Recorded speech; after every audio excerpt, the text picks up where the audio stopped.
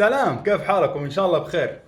بما انه الصيف دخل علينا كذا، ما مو شوي شويه كذا، بوف كذا حر فجأة. ف... فجاء في بالي اسوي اسبانيش لاتيه. اسبانيش لاتيه مشروب يتكون اساسه من ثلاثة مكونات: دبل او سنجل شوت اسبريسو على حسب ذائقتك، يا دبل يا سنجل، وحليب مكثف محلى، وحليب، وطبعا للتبريد ثلج.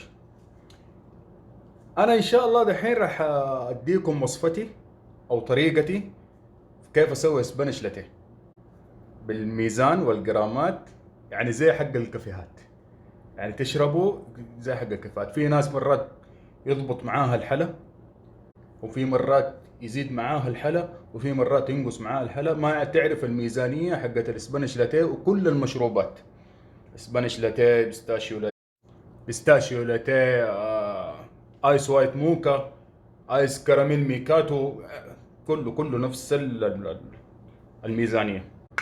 دحين راح ابدا معاكم اشرح لكم المقادير اللي انا استخدمها. طبعا انا في عندي اضافة من عندي انا اسويها، وناس قليل تسويها، يعني اللي هو الفانيليا، فانيليا السائلة او السيرب الفانيليا اللي يجي جاهز، اللي زي حق القوارير الكبيرة اللي في الكافيهات. لكن انا استخدم الفانيلا السائلة هذه حق الحلويات، قطرة او قطرتين، لا تكتر اكتر من كده، قطرة او قطرتين. ايش الفكرة؟ انا الدسم حق الحليب والطعم اللي موجود في دسم الحليب ما احبه كثير، لازم شيء يكسره. فانا دائما استخدم دبل شوت اسبريسو مع الفانيليا دي عشان يكسر لي طعم الحليب ودسامة الحليب كثير. طيب المقادير زي ما قلت: حليب، راح استخدم 100 ملي حليب، وحليب مكثف محلى 25 جرام، والفانيليا، وثلج صحي دايت. استهبال طول عمرك، استهبال، ما عمرك تقول كلمة زي الناس على حق البسيطة. فأول شيء طبعا نحط الكاسة على الميزان أو الكوباية، ونوزن 25 جرام إيش حليب مكثف محلى. هذا يباله ملعقة عشان نلملم العيال، ولا تخلص السنابات نحن لسه ما المهم 25 جرام من هذا. مع السلامة عليكم. فشوفوا زي ما هذا 25 جرام، طبعا زادت الفواصل العشرية دي يعني ما تفرق كثير. بعدين نصفر العداد واوزن 100 ملي حليب. 100 ملي، بسم الله. لازم هذه الميزانيات تمشوا عليها، هي هذه الوصفة: 100 ملي حليب، 102 ما في مشكلة. خلاص. بعدين فانيليا،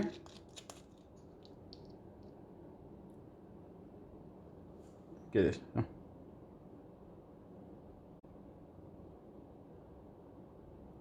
يا سلام، قطرتين، إن زادت ثلاثة ما في مشكلة.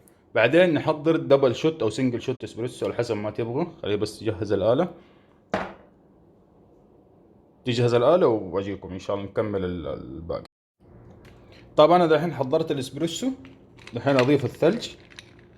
عادي أنا بشرب لنفسي، بحط بيدي عادي. أضيف الثلج،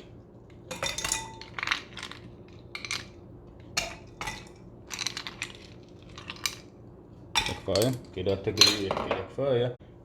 ونضيف دبل الشوت الاسبريسو. يا سلام.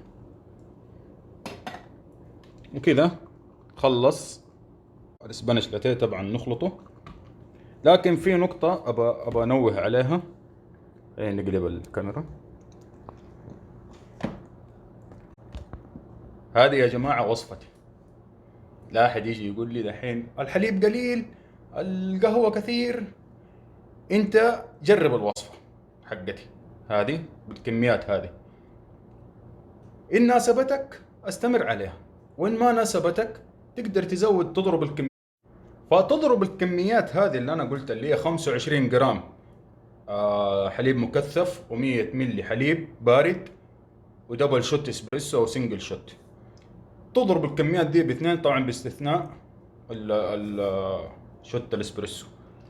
ف اضرب الكميات باثنين، زود الكميه اذا هذه الكميه ما هي مناسبتك، ما هي مكفياتك، بس عادي اضرب الكميات باثنين. امبوسيبل.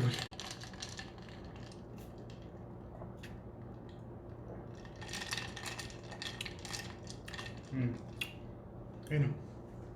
اه والله يا جماعه شيء خرافي، والله الوصفه دي خرافيه يا اخي.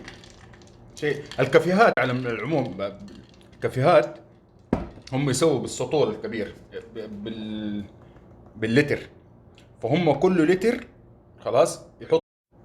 فما زي ما قلت يعني هم يستخدموا 1 لتر يحطوا معاه 250 جرام حليب مكثف او بستاشيو او ايه اللي يكون، ويخلطوه بالخلاطة ويذوبوه في بعض ويصير جاهز عندهم بسطول كذا يعني، اللي هو نحن نسميه جك، الجك. المهم في الجك وخلاص هو جاهز عندهم، بس هم يزينوا لك الكوباية بالصوص اللي انت طالبه. فهو لازم انت دحين تذوب العيال كله مع بعض عشان يبون وجهي، وتستمتع بالمشروب اللذيذ، والله لذيذ ويسرسح على القلب ويطيب الخاطر، ويقول يا قلب يا سنيور اشرب من يد السنيور. الله الله اكبر عليك يا تن، الله اكبر. دعيت على نفسي من كثر الحماس. طبعا يا جماعة أنا استخدمت دبل شوت. أنا أحب طعم القهوة قوي في المشروب، في أي مشروب في القهوة في الحياة أحبه طعمه قوي، سواء مقطرة بمشروبات اللاتيه، بالمشروبات الباردة أحب الطعم قوي في القهوة، فأنا حطيت دبل شوت. ممكن أنت تحط سنجل شوت إذا أنت ما تحب طعم القهوة قوي وتحب طعم الحلاوة حقة الحليب المكثف يكون بارز، أو البستاشيو أو الوايت موكا او الوايت شوكليت. فانت انا عن نفسي احب القهوة مرة يكون طعمها طاغي في المشروب، كذا مرارة القهوة يكون طاغية. انت اختار، تبغى هذا حط سنجل شوت. بس هذا اللي حبيت اقوله في نهاية المقطع، والسلام عليكم ورحمة الله تعالى وبركاته.